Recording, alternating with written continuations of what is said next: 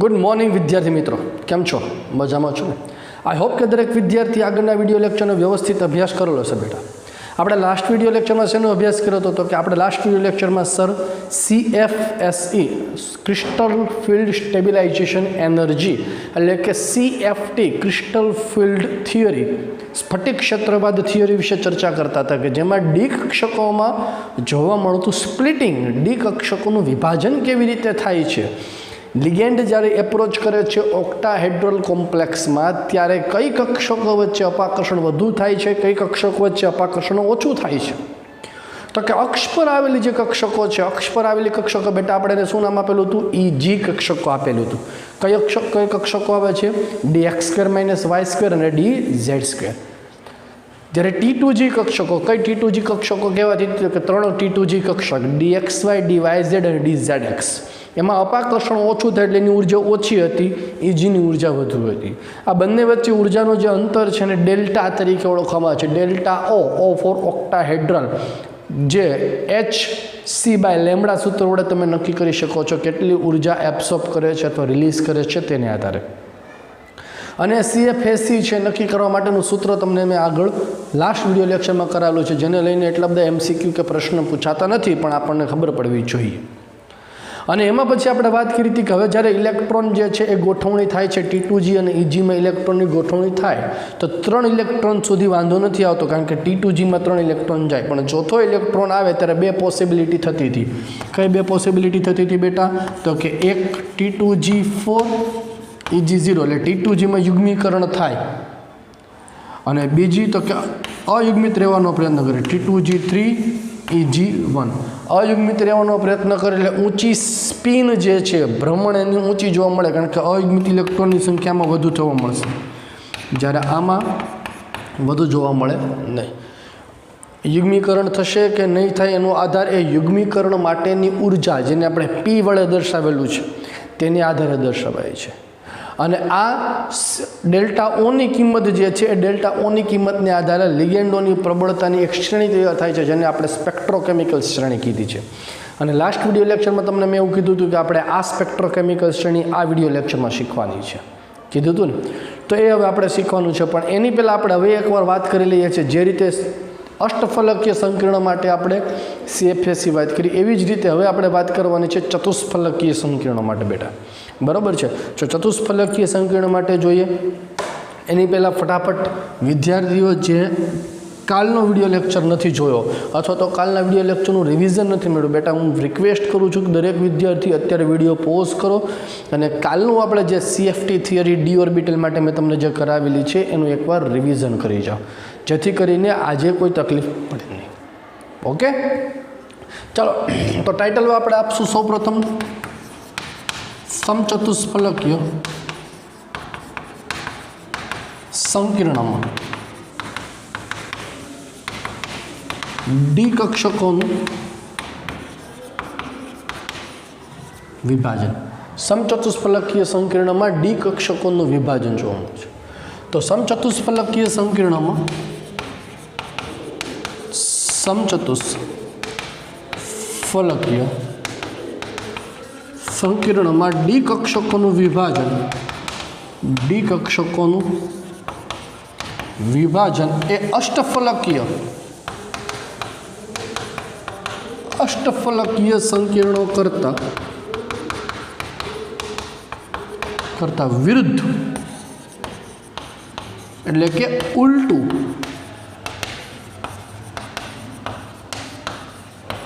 જોવા મળે છે। ઉલટું જોવા મળે છે મીન્સ કે જેવી રીતે આપણે કાલે આગળ વાત કરી હતી કે ડી કક્ષકોમાં ઓક્ટાહેડ્રલ કોમ્પ્લેક્સમાં ડી કક્ષકોનું જ્યારે વિભાજન થાય ત્યારે બેટા જે અક્ષ પર આવેલી કક્ષકો છે, કારણ કે એમાં કાલે વાત કરી હતી કે લિગેન્ડ જે છે બેટા એપ્રોચ જે કરે છે એ એપ્રોચ એક્ઝેક્ટલી ક્યાંથી કરે છે? અહીંયા અક્ષ પરથી કરે છે। તો અક્ષ પર આવેલી કક્ષકો કઈ હતી? તો કે આને આપણે ધારો કે dz² કહેવાય, આ કઈ કહી શકાય? dx² - y²। તો એમની વચ્ચે રિપલ્સન છે વધુ થતું હતું, માટે એમાં અપાકર્ષણ વધુ થાય, માટે આ બે કક્ષકો છે ને આપણે શું કીધું હતું? EG, એટલે અહીંયા EG છે એની ઉર્જા વધે છે, T2Gની ઉર્જા ઘટતી હતી। ખાસ વસ્તુ અહીંયા યાદ રાખશું કે હવે જ્યારે સમચતુષ્ફલકીયની વાત કરીએ ત્યારે G સબસ્ક્રિપ્ટ છે જેને જી પાદાક્ષર તરીકે ઓળખવામાં આવે છે એ જીનો શબ્દનો ઉપયોગ નહીં કરે. એટલે ઈ કક્ષક કઈ આવશે તો કે dz² dx² - y². T2 કક્ષક કઈ આવશે dxy dyz અને dzx આવશે. બરાબર. જી ટર્મિનોલોજી એ ઓક્ટાહેડ્રલ માટે જ છે, ટેટ્રાહેડ્રલ માટે નથી. જી પાદાક્ષરનો ઉપયોગ નહીં કરે, યાદ રાખજો. ચાલો, તો હવે આપણે જોઈએ છીએ કે જ્યારે સમચતુષ્ફલકીય માટે આપણે વાત કરીએ છીએ ત્યારે રિપલ્સન જે છે એ રિપલ્સન લિગેન્ડ છે કઈ જગ્યાએ એપ્રોચ કરશે, કેવી રીતે એપ્રોચ કરશે એની આપણે વાત કરીએ. ચાલો, જો આ મેટલ છે અને આ સમચતુષ્ફલકીય આકાર છે. હવે અહીંયા જ્યારે તમારો લિગેન્ડ એપ્રોચ કરે છે એ એક્ઝેક્ટલી એક અક્ષ ઉપર તો કોઈ જગ્યાએ નથી આવવાનું, પરંતુ લિગેન્ડ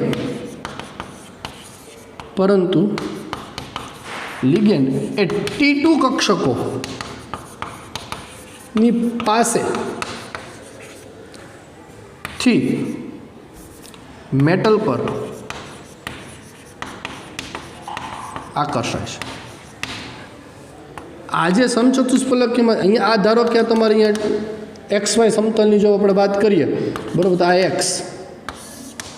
x અક્ષ થાય, આ તમારો z અક્ષ, આ y અક્ષ, x y z સપોઝ આને આપીએ.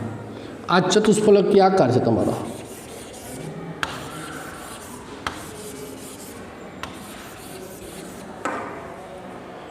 તો તમે જ્યારે 3 ડાયમેન્શનલી જુઓ છો ત્યારે કોઈ અક્ષ ઉપર એપ્રોચ નથી કરતા, પણ સમતલની વચ્ચે, એટલે સમતલની વચ્ચે કંઈક અક્ષો કહો તો કે XY YZ ZX, પણ એક્ઝેક્ટલી આ ધારો કે તમારો XY સમતલ છે, આ XZ સમતલ છે, તો અહીંયા આ છે તમારો XY સમતલ, તો સમતલ પર નથી આવતા. જો સમતલની વચ્ચે જે કક્ષકો છે આ XZ કક્ષક થઈ કહેવાય. આ લિગેન્ડ એપ્રોચ કરે છે આ બાજુથી, જો અહીંથી એપ્રોચ કરે છે. અક્ષ તમારી અહીંયા છે એટલે એની નજીકથી ઓક્ટાહેડ્રલમાં કેમ થતું હતું, એક્ઝેક્ટલી સામેની બાજુથી રિપલ્સન કરતું હતું. અહીંયા સામેની બાજુ નથી આવતું, અહીંયા એની નજીકથી આ મેટલ ઉપર આકર્ષણ. એટલે અહીંયા CFSE વેલ્યુ જે છે, અપાકર્ષણ છે, એ ઓક્ટાહેડ્રલની સાપેક્ષમાં મિનિમમ ઓછું થશે. કેમ ઓછું થશે તો કે ઓક્ટાહેડ્રલમાં લિગેન્ડ જ્યારે એપ્રોચ કરતો હતો એક્ઝેક્ટલી અક્ષ પર જ થતો હતો, એટલે અક્ષ પર જ તમારી એક કક્ષક આવેલી હોય ને અહીંયા મેટલ, એટલે એમની વચ્ચે રિપલ્સન વધુ થતું. જ્યારે અહીંયા શું છે, એક્ઝેક્ટલી અક્ષ પર નથી થતું, પણ જે XY અથવા તો T2 જે કક્ષકો છે, એક્ઝેક્ટ કક્ષક છે, આ DXZ કક્ષક થઈ કહેવાય. અને લિગેન્ડ એપ્રોચ કરે છે એનથી, એટલે એની પાસેથી નથી, એક્ઝેક્ટલી એની સામેથી નથી કરતું. બરાબર. તો અહીંયા યાદ રાખવાનું કે જે અક્ષ છે DXY DYZ અને DZX કક્ષકોના લગભગ 58 ડિગ્રી ના ખૂણાથી મેટલ સાથે, એટલે સમચતુષ્ફલકીયનો જે ખૂણો છે 109 ડિગ્રી અને 28 એના અડધા, 109 ડિગ્રી અને 28 મિનિટ એના અડધા જે થાય 54 ડિગ્રી અને 44 મિનિટ. એટલે અહીંયા લિગેન્ડ જે એપ્રોચ કરશે એ આની સાથે 54 ડિગ્રી અને 44 મિનિટના ખૂણાથી એપ્રોચ કરશે. અક્ષ DXY DYZ અને DZX કક્ષકો છે એની સાથે લિગેન્ડ જે મેટલ સાથે જોડાશે તેમની વચ્ચે 54.44 ડિગ્રી ઉપર જોડાશે. પહેલામાં ઓક્ટાહેડ્રલમાં એક્ઝેક્ટલી સેમ ડાયરેક્શનમાં હતું, લંબાકર્ષણ વધુ હતું બેટા. અહીંયા એક્ઝેક્ટલી સામે નથી, એની સાથે આની સાથે 54.44 મિનિટના એંગલથી જોડાય છે. એટલે રિપલ્સન થાય છે, પણ કેવું થાય છે, ઓક્ટાહેડ્રલ કરતાં ઓછું થાય છે. કેટલું ઓછું થાય છે તો કે ભાઈ એના માટે વેલ્યુ તમને આપેલી છે ΔT = 4/9 ΔO. ઓક્ટાહેડ્રલ માટે જેટલી વેલ્યુ હોય એના કરતાં 4/9 ટેટ્રાહેડ્રલની થાય, 4/9 ટેટ્રાહેડ્રલ છે. બરાબર છે. તો આ એક વેલ્યુ તમારે યાદ રાખવાની કે ΔT = 4/9 ΔO. શા માટે આવું થયું બેટા એ તમને ખબર પડવી જોઈએ. શા માટે આવું થયું તો કે અહીંયા લિગેન્ડ જે મેટલ સાથે એપ્રોચ કરે છે એ ઓક્ટાહેડ્રલની જેમ એક્ઝેક્ટલી અક્ષ પર નથી થતું. કક્ષકો જે ઉપર જે રીતે છે કક્ષકોની સામે નથી થતું, પણ કક્ષક સાથે 54 મિનિટ અને 44 ડિગ્રી 54 ડિગ્રી અને 44 મિનિટના એંગલથી એપ્રોચ કરે છે બેટા.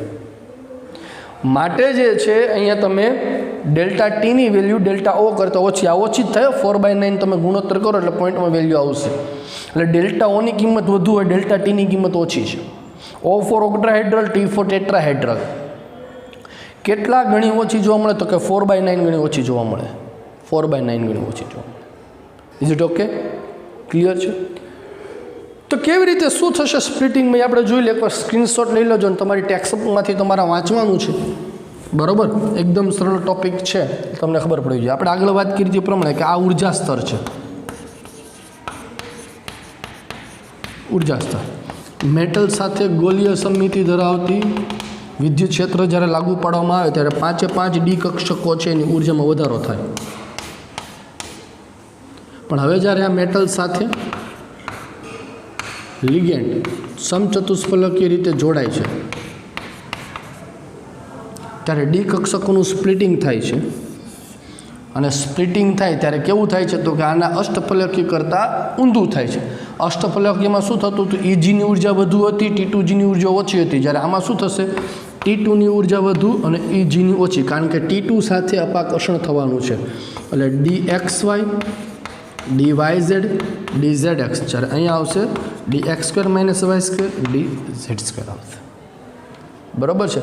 તો આ સમચતુષ્ફલકીય સંકીર્ણમાં જોવા મળતું સ્ફટિક ક્ષેત્રનું વિભાજન જ્યારે પૂછાય ત્યારે આટલી જ વસ્તુ તમારે લખવાની છે. પહેલી વસ્તુ તો કે ભાઈ અષ્ટફલકીય કરતાં ઓછી હોય છે.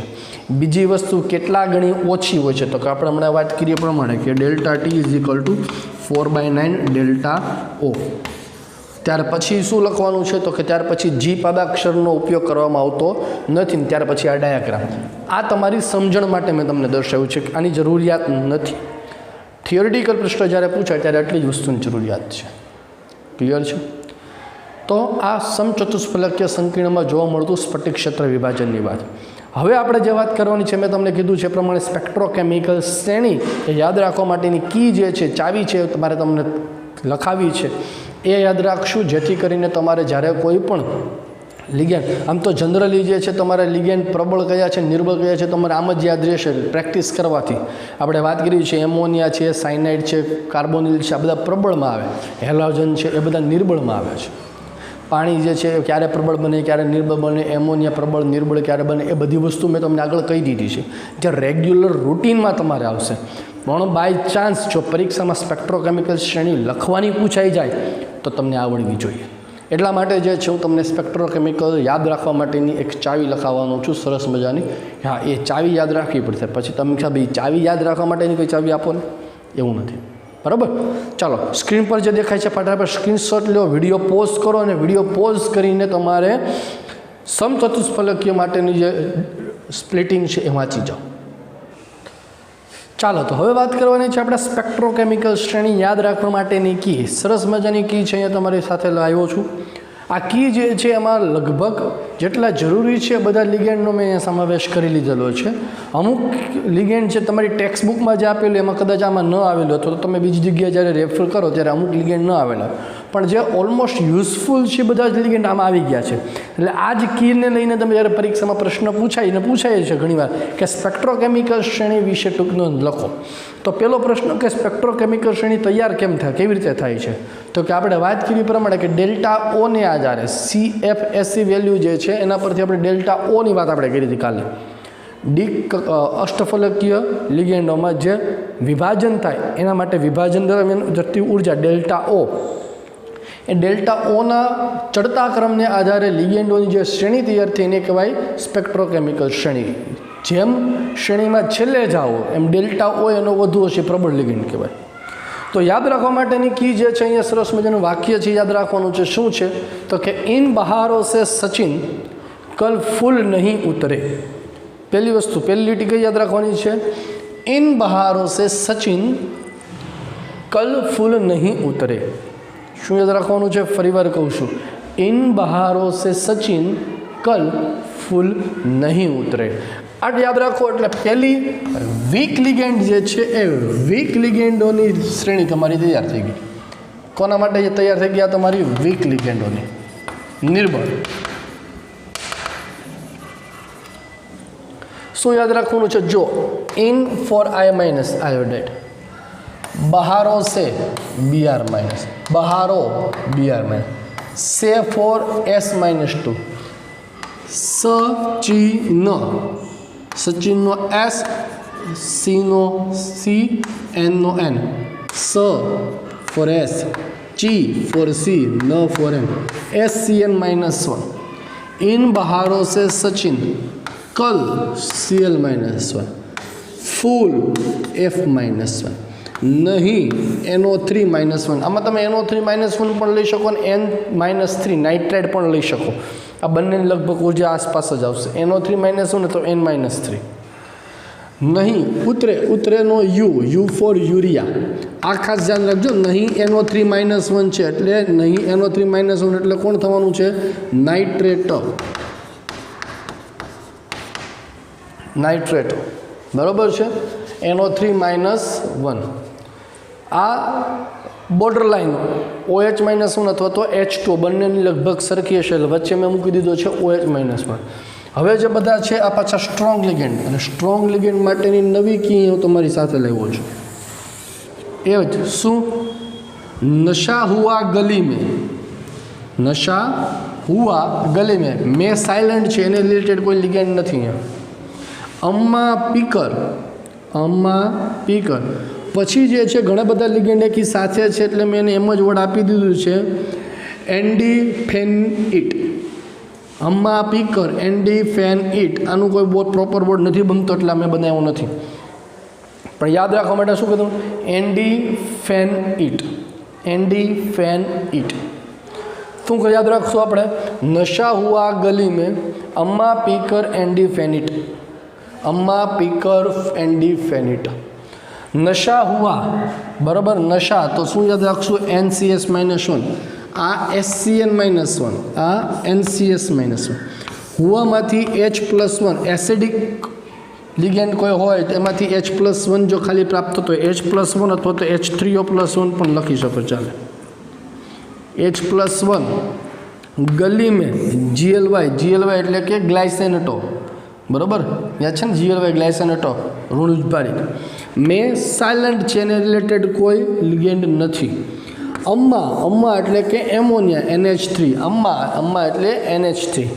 पीकर, पीकर मांथी PY खाली PY एटले के पीरिडिन, शुं थशे? Pyridine.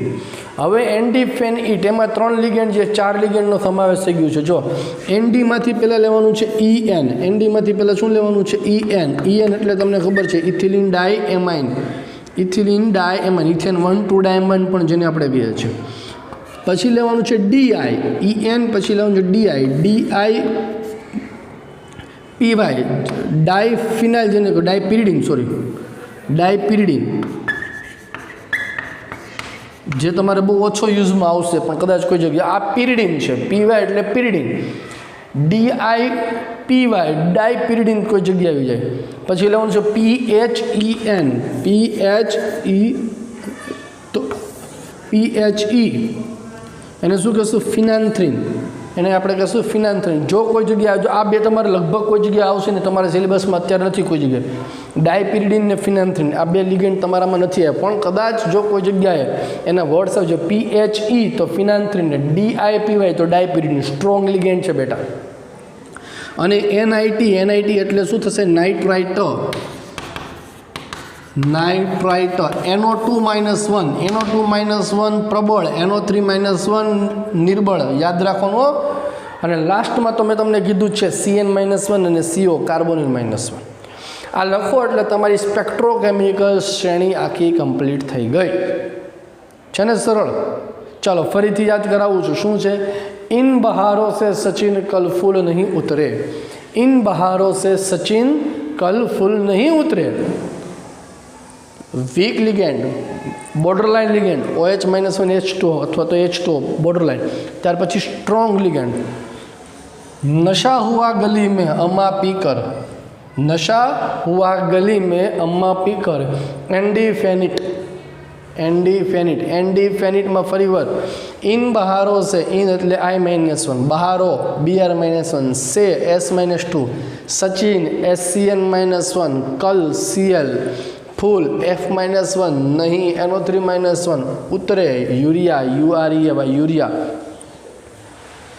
Borderline a week ligand uh borderline ligand त्यार पछी स्ट्रॉन्ग लिगेंड नशा हुआ गली में नशा NCS-1 हुआ H+1 गली GLY में साइलेंट कोई लिगेंड नहीं अम्मा पीकर अम्मा एटले एमोनिया पीकर एटले पिरिडिन त्यार पछी एंडीफेनिट मांथी शुं लेवानुं छे EN इथेन 1,2 डायमाइन त्यार पछी शुं DI डायपिरिडिन PHE શું લેશું ફિનાન્થ્રીન અને NIT એટલે નાઇટ્રાઇટ NO2-1 ને CN-1 CO-1 છેલ્લે લખવાનું ભૂલવાનું નથી। તો આ આપણી થઈ ગઈ સ્પેક્ટ્રોકેમિકલ શ્રેણી જે પરીક્ષા માટે ખૂબ અગત્યની છે બેટા। જનરલી મેં તમને કીધું એ પ્રમાણે કે તમારે નવા લિગેન્ડ તો કોઈ નહીં જ આવે, જે આવશે મોટાભાગે કોણ આવશે ત્યાં તો હેલોજન આવશે અથવા તો જે પ્રબળમાં આવશે એમોનિયા આવે છે, સાયનાઇડ આવે છે, કાર્બોનિલ આવી શકે છે, GL ગ્લાયસિન આવી શકે છે। આને સિવાય તમારે લગભગ કોઈ બીજા બેટા લિગેન્ડ આવશે નહીં। એટલે તમારે જ્યારે આગળ વાત કે સંકર્ણ નક્કી કરવું હોય, ચુંબકીય ચાક માત્રા નક્કી કરવી હોય, આ બધી જ વસ્તુ જ્યારે નક્કી કરવી હોય ત્યારે લિગેન્ડની પ્રબળતા જોવી જરૂરી છે। અને લિગેન્ડની પ્રબળતા જ્યારે જોવાની વાત આવે ત્યારે તમને પ્રબળ લિગેન્ડ અને નિર્બળ લિગેન્ડ કોણ એ ખબર પડવી જોઈએ। તો એના માટે મેં તમને કીધું કે હેલોજન છે, વીક લિગેન્ડ છે, સાયનાઇડ, કાર્બોનિલ, એમોનિયા પ્રબળ લિગેન્ડ છે, H2O ક્યારે પ્રબળ ક્યારે નિર્બળ રહી શકે, બધી વાત તમને આગળના વિડીયો લેક્ચરમાં તમને કરેલી છે।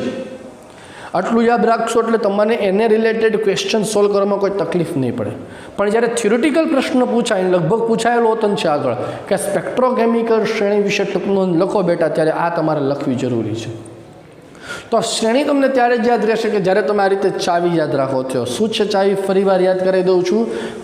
ઇન બહારો સે इन फॉर I-, बहारों से सचिन कल फूल नहीं उतरे, फूल नहीं उतरे I-, BR-, S-2 SCN CL F NO3 urea borderline OH-1 H2O working as a strong and as a weak. क्यारे स्ट्रॉन्ग क्यारे वीक तमने कीधुं छे।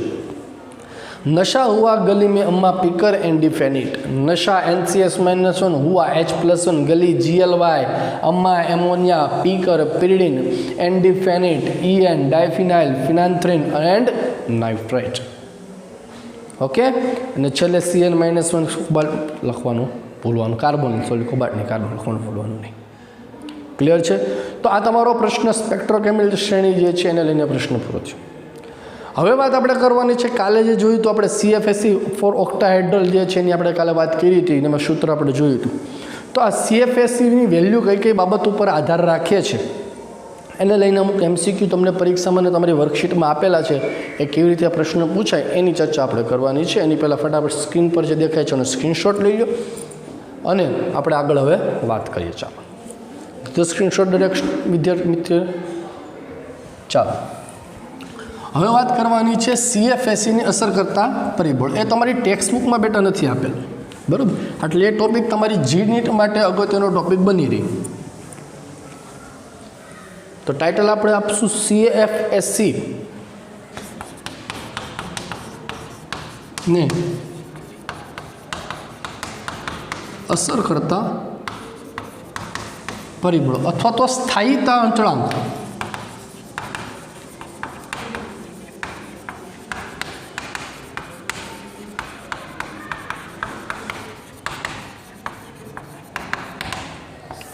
સ્થાયીતા અચળાંકને અસર કરતા પરિબળો, બરાબર? સ્ટેબિલિટી કોન્સ્ટન્ટ, સ્થાયીતા અચળાંક એટલે ખરેખર કોણ થયું કહેવાય? CFSEની વેલ્યુ જ થઈ કહેવાય। કઈ કઈ બાબત ઉપર આધાર રાખે? તો કે પહેલી બાબત લિગેન્ડના સ્વભાવ પર,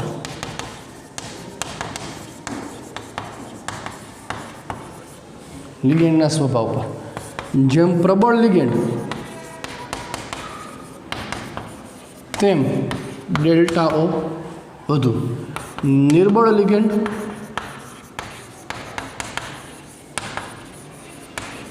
તેમ ડેલ્ટા O ઓછું। પ્રબળ લિગેન્ડ અને નિર્બળ લિગેન્ડ। ત્યાર પછી મધ્યસ્થ ધાતુ આયનનો વીજભાર,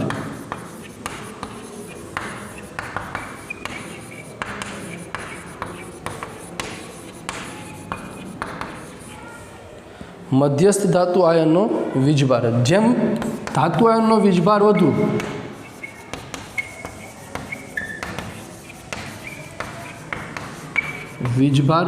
તેમ ડેલ્ટા ઓ વધુ, જેમ મધ્યસ્થ ધાતુ આયનનો વીજભાર વધુ એમ ડેલ્ટા ઓ વધુ. અને ત્રીજું ધાતુ આયનનું કદ,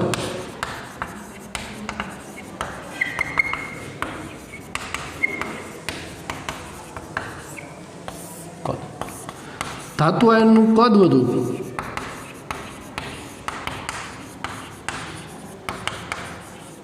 તેમ ડેલ્ટા ઓ વધુ. એટલે પ્રથમ સંક્રાંતિ શ્રેણીના તત્વો કરતાં દ્વિતીય સંક્રાંતિ શ્રેણી માટે CFSE વેલ્યુ વધુ, દ્વિતીય કરતાં તૃતીય સંક્રાંતિ શ્રેણીના તત્વો માટે CFSE વેલ્યુ વધુ હશે. એટલે પહેલી વસ્તુ આપણે શું જોશું, લિગેન્ડ પ્રબળ છે કે નિર્બળ. હવે જો પ્રબળ કે નિર્બળ હોય તો ત્યાર પછી આપણે કદ જોશું, કદ પછી વીજભાર જોશું. એટલે મારે ક્રમ ખરેખર ચેન્જ કરવો પડશે. આ બીજું જોશું ને આ ત્રીજું જોશું. જ્યારે તમને નીચેનામાંથી કોની CFSE વેલ્યુ વધુ હશે અથવા તો કોના માટે સ્થાયીતા અચળાંક વધુ હશે એવો પ્રશ્ન જ્યારે પૂછાય, ત્યારે પહેલું પેરામીટર આપણે કોણ જોશું બેટા, તો કે લિગેન્ડ પ્રબળ છે કે નિર્બળ. હવે જો બંને લિગેન્ડ પ્રબળ હોય તો પછી શું જોશું, કદ કોનું વધુ છે. અને કદ પછી આપણે જો કદ સમાન હોય તો પછી શું જોશું, આપણે વીજભાર જોવાનો રહેશે. ઓકે, આ વસ્તુને લઈને જે છે MCQ કઈ રીતે પૂછાય છે, હવે એની મારે તમને પ્રેક્ટિસ કરાવવાની છે બેટા. MCQની પ્રેક્ટિસ કરશો એટલે કોન્સેપ્ટ તમારો એકદમ ક્લિયર થઈ જશે. ક્લિયર? આપણે થોડાક MCQ જોશે એટલે આપણે ખ્યાલ આવશે. ચાલો હવે થોડાક MCQ જે છે MCQની આપણે પ્રેક્ટિસ કરીએ જેથી કરીને તમારો કોન્સેપ્ટ વધુ ક્લિયર થાય. પહેલો MCQ તમને આપ્યો છે, નીચેના પૈકી શેમાં મહત્તમ CFSE જોવા મળે છે. નીચેનામાંથી શેમાં મહત્તમ CFSE જોવા મળે છે. બરાબર. તમારે પહેલી વસ્તુ શું જોવાની, તો કે બધા જે તમે અહીંયા જુઓ છો કે ટેટ્રાહેડ્રલ છે. બરાબર. CFSE છે કઈ બાબત ઉપર આધાર રાખે છે, તો કે CFSE લિગેન્ડના સ્વભાવ પર આધાર રાખે. પ્રબળ લિગેન્ડ હોય તો એના માટે CFSEની વેલ્યુ પ્રબળ હશે. તો પહેલી વસ્તુ તમારે શું જોવાની રહે બેટા, તો કે પ્રબળ લિગેન્ડ કોણ છે. મેટલ, સેન્ટ્રલ મેટલ તમારે ફિક્સ છે ઝિંક. લિગેન્ડ જો અહીંયા એમોનિયા છે, હાઇડ્રોક્સી છે, H2O છે અને સાયનાઇડ છે. પ્રબળ લિગેન્ડ કોણ થાય, સાયનાઇડ. તો what is your answer, ZnCN4 -2. ચલો નેક્સ્ટ, નીચેના પૈકી કયા સંકીર્ણમાં સ્ફટિક ક્ષેત્ર સ્થિરતા ઉર્જા શૂન્ય હશે. CFSE વેલ્યુ 0 કેમ હશે, AIPMT 2014માં પૂછાઈ ગયેલો પ્રશ્ન. કાલના વિડીયો લેક્ચરમાં બેટા તમને વાત કરી હતી કે C5, D5 અને D10 માટે CFSE વેલ્યુ જે છે 0 થાય.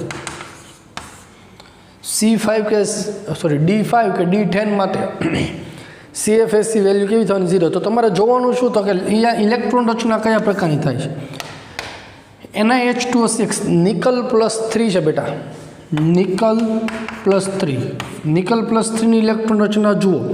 નિકલ એટલે પરમાણુ ક્રમાંક કેટલો થવાનો છે, તો કે પરમાણુ ક્રમાંક 28. ઇલેક્ટ્રોન રચના શું થવાની છે, આર્ગોન 4s2 3d8. નિકલ +3 બે ઇલેક્ટ્રોન 4sમાંથી જાય, એક ઇલેક્ટ્રોન અહીંથી જાય, D7. આની 0 ન થાય. ત્યાર પછી FeH2O6 એટલે Fe+3 છે બેટા, Fe+3. FeZ બરાબર કેટલા થાય, 26. ઇલેક્ટ્રોન શું થવાની છે, આર્ગોન 4s2 3d6. Fe+3 એટલે 3 ઇલેક્ટ્રોન તમારે દૂર કરવાના છે. 3 ઇલેક્ટ્રોન 4sમાંથી 3dમાંથી જાય તો Fe+3 માટે ઇલેક્ટ્રોન શું થવાની છે, 3d5. અને 3d5 હોય તો CFSEની વેલ્યુ કેવી થવાની છે બેટા, 0 થાય. So what is your answer, FeH2O6+3. Clear? ચલો નેક્સ્ટ, ત્યાર પછી ધ્યાન આપો. હવે તમને એવું પૂછ્યું છે કે CFT પ્રમાણે K4FeCN6માં Feની સાચી ઇલેક્ટ્રોન રચના જણાવો. ચાલો જુઓ, K4FeCN6 Feની ઓક્સિડેશન સ્ટેટ કેટલી થવાની બેટા, તો કે Fe+2 થવાનું, કારણ કે પોટેશિયમ +4 -6 -2 સામેની બાજુ જાય તો +2. Fe+2 ઇલેક્ટ્રોન રચના શું થવાની, તો કે FeZ બરાબર કેટલો થાય, 26. ઇલેક્ટ્રોન રચના શું થાય, આર્ગોન 4s2 3d6. Fe+2 એટલે બે ઇલેક્ટ્રોન 4sમાંથી થાય એટલે 3d6 થાય. 6 6 ઇલેક્ટ્રોન બેટા તમારે ગોઠવવાના છે। સાયનાઇડ કેવો લિગેન્ડ થાય? પ્રબળ। પ્રબળ લિગેન્ડ હોય તો યુગ્મીકરણ કરે। બસ 6 ઇલેક્ટ્રોન છે તો 2 પોસિબિલિટી થાય, આપણને ખબર છે CFT પ્રમાણે। કઈ ઇલેક્ટ્રોન રચના થવાની? T2G વાળી ઇલેક્ટ્રોન રચના જુઓ તો એક T2G3 EG3 થાય અથવા તો T2G6 EG0। કાં તો યુગ્મીકરણ નહીં કરે, સોરી યુગ્મીકરણ કરશે અથવા તો નહીં કરે। યુગ્મીકરણ ક્યારે કરે ને ક્યારે ન કરે? તો કે પ્રબળ લિગેન્ડ હોય તો યુગ્મીકરણ કરે। સાયનાઇડ કેવો છે? પ્રબળ, તો યુગ્મીકરણ થાય। તો T2G6 EG0, T2G6 EG0, option number C, answer is C। બરાબર। ચાલો ત્યાર પછી ધ્યાન આપો, ત્યાર પછીનો પ્રશ્ન છે અગત્યનો પ્રશ્ન। તમને એવું પૂછ્યું છે અહીંયા કે ભાઈ D6 નિમ્ન સ્પિન રચના માટે, D6 નિમ્ન સ્પિન રચના માટે, ચાલો CFSC કેટલી થાય? AIPMT 2012નો સવાલ છે, બરાબર। નિમ્ન સ્પિન બેટા, નિમ્ન સ્પિન ઇટ મીન્સ શું? T2G6 EG0, T2G3 EG0, D6 રચના થયા। નિમ્ન સ્પિનનો અર્થ શું છે? તો કે પ્રબળ લિગેન્ડ હોય, યુગ્મીકરણ થયેલું છે। ઉચ્ચ સ્પિન કીધું એ તો અયુગ્મિત ઇલેક્ટ્રોન, બધા અયુગ્મિત ઇલેક્ટ્રોન હોય, નિર્બળ લિગેન્ડ છે કહેવાય, બરાબર। આ ખબર હોવી જોઈએ। તો CFSC, આ પ્રકારની CFSC નક્કી કરવા માટેનું સૂત્ર શું? તો કે NT2G -0.4 ડેલ્ટા વત્તા NEG 0.6 ડેલ્ટા વત્તા NDSP। NT2G એટલે શું થશે? તો કે T2G માં રહેલા ઇલેક્ટ્રોન, NEG એટલે શું થશે? EG માં રહેલા ઇલેક્ટ્રોન, NDSP એટલે શું? કેટલા ઇલેક્ટ્રોનનું યુગ્મીકરણ થાય, કેટલા ઇલેક્ટ્રોન યુગ્મ થાય છે, અથવા તો પેર કેટલી બને છે, યુગ્મીકરણ પામેલી જોડ, યુગ્મીકરણની જોડ કેટલી બને છે, NDSP। તો નિમ્ન સ્પિન રચના માટે લિગેન્ડ કેવો છે? પ્રબળ। તો ઇલેક્ટ્રોન રચના શું થવાની છે? આ ખબર હોવી જોઈએ બેટા। D6 નિમ્ન રચના માટે ઇલેક્ટ્રોન રચના શું થવાની છે? તો કે T2G6 EG0, T2G6 EG0। તો N T2G બરાબર કેટલા આવશે? 6, NEG બરાબર કેટલા આવશે? 0, અને NDSP બેટા T2G એટલે કેટલી કક્ષકો છે? 3 હોય, DXY, DYZ અને DZX। 6 એટલે કેટલા? 3 જોડ બનવાની। તો NDSP બરાબર કેટલા આવવાના છે અહીંયા? તો કે NDSP બરાબર 3। ચાલો તો સૂત્રમાં મૂકો, CFSE બરાબર N T2G બરાબર કેટલા આવશે? 6 ગુણ્યા -0.4 ડેલ્ટા O વત્તા NEG number of electron in EG કેટલા આવશે? 0, 0 × 0.6 ડેલ્ટા O એટલે 0 વત્તા NDSP કેટલી જોડ બને છે બેટા? તો કે 3 જોડ બને છે। કેટલી જોડ બને છે? 3 જોડ બને છે, 3P।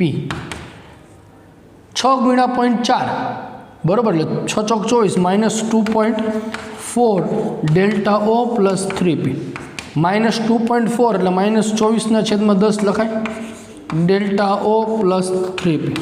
ઉપર નીચે બે બાજુથી બબે કેન્સલ થાય તો કેટલા આવશે? -12/5 ડેલ્ટા O પ્લસ 3P તમારો જવાબ આવશે, ઓપ્શન B, બરાબર। તો આ AIPMT 2012 માટેનો પ્રશ્ન પૂછાઈ ગયેલો હતો, કોઈ જગ્યા P વાળો જો આવે તમારી વર્કશીટમાં તમને આપેલો છે તો તમને આ સૂત્ર પરથી તમે નક્કી કરી શકો। ક્લિયર? ચાલો ફટાફટ સ્ક્રીનશોટ લ્યો, એટલે આપણે આ ટાઈપના હજી બીજા MCQ છે એની થોડીક પ્રેક્ટિસ કરીએ એટલે તમને વધારે ક્લિયર થાય। ચાલો નેક્સ્ટ એક્ઝામ્પલ ઉપર આપણે આગળ વાત કરીએ છીએ। નીચે આપ્યું છે કે નીચેના પૈકી કયું સંકીર્ણ સૌથી વધુ સ્થાયી સ્થિરતા અચળાંક ધરાવે છે? વધુ સ્થાયી સ્થિરતા અચળાંક, સ્ટેબિલિટી કોફિશિયન્ટ, સ્થિરતા અચળાંકને લઈને એક અલગ ટોપિક જે છે, કદાચ JEE એડવાન્સમાં પ્રશ્ન પૂછાય, JEE મેઇન એડવાન્સ, આપણે આના પછીના વિડીયો લેક્ચરમાં એના વિશે થોડી ડિટેલમાં ચર્ચા કરવાની છે, પણ જનરલી હું તમને હિન્ટ આપું છું કે પકડવા કેવી રીતે, આવી રીતે સ્થિરતા અચળાંકને લઈને પ્રશ્ન જ્યારે પૂછાય તો કઈ વસ્તુને ફોકસ કરીને ચાલુ, ધારો કે તમારો ટોપિક એ ક્લિયર નથી તો કઈ વસ્તુને પકડીને ચાલુ, તો કે તમારે ધ્યાન રાખવાનું કે જેમ લિગેન્ડ તમારો પ્રબળ એમ તમારો સંકીર્ણ વધુ સ્થાયી, ને જેમ વધુ સ્થાયી એમ સ્થિરતા અચળાંક વધુ। તો તમારે જોવાનું શું? તો કે આમાં પ્રબળ લિગેન્ડ કોણ છે? તો કે ભાઈ લિગેન્ડ કોણ છે? Cyanide, ammonia. પ્રબળ કોણ થવાનું? સાયનાઇડ। તો તમારો જવાબ મિત્રો A અને D માંથી, C માંથી જ આવવાનો છે। હવે પછી વાત કરીએ તો બીજું ફેક્ટર કયું જોવાનું તો કે કદ ઉપર, જેમ કદ વધુ એમ વધારે સ્થાયી. કોપર અને કેડમિયમ, વધારે કદ કોનું થવાનું છે? તો કોપર છે 3Dનું છે, કેડમિયમ છે 4Dનું, તો આનું કદ વધુ થવાનું, તો આ વધુ સ્થાયી થવાનું. તો આનો સ્થિરતા અચળાંક છે કેવો જોવા મળશે તમને બેટા? વધુ જોવા મળશે. તો જવાબ આવશે તમારો સી. તો આ પ્રકારના થોડાક એક્ઝામ્પલ તમારી તમારી વર્કશીટમાં એ આને આપેલા છે, આ ટાઈપના આપેલા. આ ટાઈપના જ્યારે MCQ હોય ત્યારે તમારે શું જોવાનું છે? તો કે ત્યારે તમારે માત્ર ને માત્ર આ જ વસ્તુને ધ્યાનમાં રાખવાની કે જેમ પ્રબળ લિગેન્ડ એટલે કે CFACની અસર કરતા પરિબળો છે ક્રમમાં જોતા જવાના. બરાબર? ચાલો આનો સ્ક્રીનશોટ લઈ લેજો, એટલે બાકીના MCQ સમજાવવા માટે જગ્યા જોઈએ જ મારે. એટલે ચાલો હવે જુઓ, ધ્યાન આપો. પેલો MCQ તમને અહીં આપ્યો છે. ચાલો વાત આપણે કરવાની છે FeH2 6Cl2 અને K2NaCl4 માટે CFSE વેલ્યુ અનુક્રમે કેટલી થશે બેટા? એ તમને પૂછ્યું. ચાલો ધ્યાન આપો. જો FeH2O6 એટલે Fe+2 અહીંયા ઓક્સિડેશન સ્ટેટ થવાનું છે. Fe+2 એટલે ઇલેક્ટ્રોન રચના એની કેવી થવાની છે? તો કે ભાઈ આર્ગોન 3d6 ટાઈપની થવાની છે. 6 ઇલેક્ટ્રોનને ગોઠવવાના છે. H2O તમારો અહીંયા કેવો છે? તો કે H2O છે નિર્બળ લિગેન્ડ. 6 ઇલેક્ટ્રોન ઓક્ટાહેડ્રલ માટે તમે ગોઠવો તો તમને ખબર છે કે ભાઈ T2G અને એની ઉપર આવશે EG. T2Gની 3 કક્ષકો DXY, DYZ, DZX. EGમાં DX2 - Y2, DZ2. પેલા 3 ઇલેક્ટ્રોન સુધી વાંધો ન આવે. ચોથો ઇલેક્ટ્રોન યુગ્મીકરણ કરશે કે નહીં લિગેન્ડ ઉપર આધાર રાખે. લિગેન્ડ કેવો છે? નિર્બળ, એટલે યુગ્મીકરણ જે છે નહીં કાંઈ, અયુગ્મીકરણ પસંદ કરે. ચોથો અને પાંચમો. છઠ્ઠો ઇલેક્ટ્રોન છે ફરી પાછો ક્યાં આવવાનો છે? અહીંયા. તો FeH2O6Cl2માં Fe+2 ની બેટા ઇલેક્ટ્રોન રચના શું થઈ? તો કે T2G4Eg2. T2G4Eg2 ટાઈપની ઇલેક્ટ્રોન રચના થઈ. તો N T2G બરાબર કેટલા આવશે? 4. Number of electron in T2G અને number of electron in Eg2. CFSE નક્કી કરવા માટેનું સૂત્ર શું થવાનું છે બેટા? CFSE for octahedral. બરાબર? ઓક્ટાહેડ્રલનો O જે છે લખો છે આપણે, તો શું થશે? -0.4 N T2G plus 0.6 N Eg delta O. બરાબર? -0.4 N T2G plus 0.6 N Eg delta O. ચાલો number of electron in T2G કેટલા આવશે? 4. તો 0.4 × 4 પ્લસ નંબર ઓફ Eg કેટલા આવશે? 2. 0.6 × 2 ડેલ્ટા O. 4 × 4 એટલે ચોખ્ખે 16, 1.6. 6 દૂને 12, 1.2 ડેલ્ટા O. -1.6 પ્લસ 1.2 એટલે કેટલા આવવાના છે? -0.4 ડેલ્ટા O. -0.4 ડેલ્ટા O એટલે 2 ઓપ્શન થાય, ઓપ્શન 1 અને ઓપ્શન 2. હવે જોવાનું છે તમારે બેટા નિકલ માટે. કોના માટે? નિકલ. ટેટ્રાહેડ્રલ કોમ્પ્લેક્સ છે. કોણ છે? ટેટ્રાહેડ્રલ. આ સ્ક્રીનશોટ એટલે હું એ બીજું સમજાવું તમને. ચાલો બરાબર? ટેટ્રાહેડ્રલ કોમ્પ્લેક્સ છે હવે તમારી પાસે. એટલે CFSE ફોર ટેટ્રાહેડ્રલ માટેનું સમીકરણ શું થશે? CFSE ફોર ટેટ્રાહેડ્રલ ઓક્ટાહેડ્રલ કરતાં કેવું થવાનું છે? વિપરીત થવાનું છે. -0.6 delta N sorry NT2G sorry NEG plus 0.4 NT2G ઓક્ટાહેડ્રલ માટે. Sorry tetrahedral. ઓક્ટાહેડ્રલમાં શું થતું હતું? અહીંયા ખાલી વેલ્યુ -0.4, 0.6. ટેટ્રાહેડ્રલમાં 0.6, 0.4. ચાલો K2NaCl4 નિકલ +2 ઓક્સિડેશન સ્ટેટમાં છે. નિકલ +2. નિકલની ઓક્સિડેશન પરમાણુ ક્રમાંક Z બરાબર 28. ઇલેક્ટ્રોનના શું થશે? Argon 4s2 3d8. પણ નિકલ +2 એટલે ખાલી શું થવાનું? 3d8. ટેટ્રાહેડ્રલ માટે હંમેશા શું થવાનું છે? Eg ક્યાં રહેવાનો છે? નીચે. T2G ક્યાં રહેવાનો છે? ઉપર. Eg એટલે dx2 - y2 dz2. dxy, dyz અને dzx. ક્લોરીન કેવો છે બેટા? નિર્બળ લિગેન્ડ છે. નિર્બળ લિગેન્ડ છે એટલે ઇલેક્ટ્રોનનું યુગ્મીકરણ કરી શકે નહીં. બરાબર? એટલે ઇલેક્ટ્રોન કેવા રહેવાનો પ્રયત્ન કરશે? D8 છે. ગોઠવો ચાલો. 1, 2 3 4 5 જો બેટા અહીંયા પ્રબળ લિગેન્ડ હોત તો આપણે બીજો ત્રીજો ઇલેક્ટ્રોન અહીંયા જ આવી જાત, પણ પ્રબળ નથી, નિર્બળ લિગેન્ડ છે એટલે અયુગ્મિત રહેવાનો પ્રયત્ન કરે. 1 2 3 4 5 8 ઇલેક્ટ્રોન ગોઠવવાના, 6 7 8 થઈ ગયા.